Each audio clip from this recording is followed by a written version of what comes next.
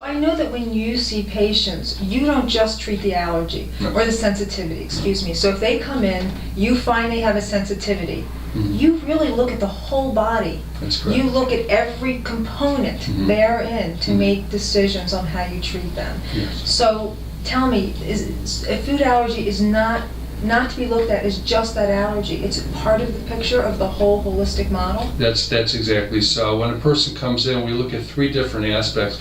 We're treating the body to heal the body. We're using the body's natural self-healing abilities.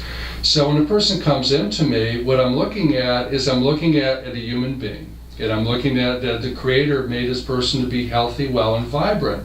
So therefore, why it is this person have the symptoms? The symptoms are alarm signal that something is wrong.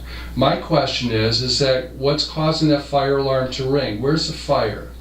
So what I do is I look at three different aspects to get to the cause of the problem. I look at the person's structure. I want to make sure that the nervous system is flowing through all parts of the body. I want to make sure that they're getting the nutritional base that they need. Research says for our bodies to be healthy and well, 75% of our diet should be fruits and vegetables. Wow, is that right? 75%? Yeah, and this is where I tell when I do a first consultation with my patients. This is where I tell if they're paying attention. You know, if they're getting lost in my droning voice or you're not, because they'll do like what you're doing right now. They'll laugh a little bit, or their eyes will like go away from me because people need to. What 75% means is that we should be eating 3 out of 4 things in the mouth should be a piece of fruit or a carrot. And most people obviously, don't go there. And, but that's also one of the reasons why we're not feeling as good as we should be these days. Why more people are getting chronic diseases, where there's a tendency to weight gain. And so that's why we want to have proper supplementation for the individual. And in the same token, yes, you are what you eat and intake, but how are you metabolizing? How's the digestive system? So we want to look there. And the last thing we want to look at is we look at the body-mind-spirit connection.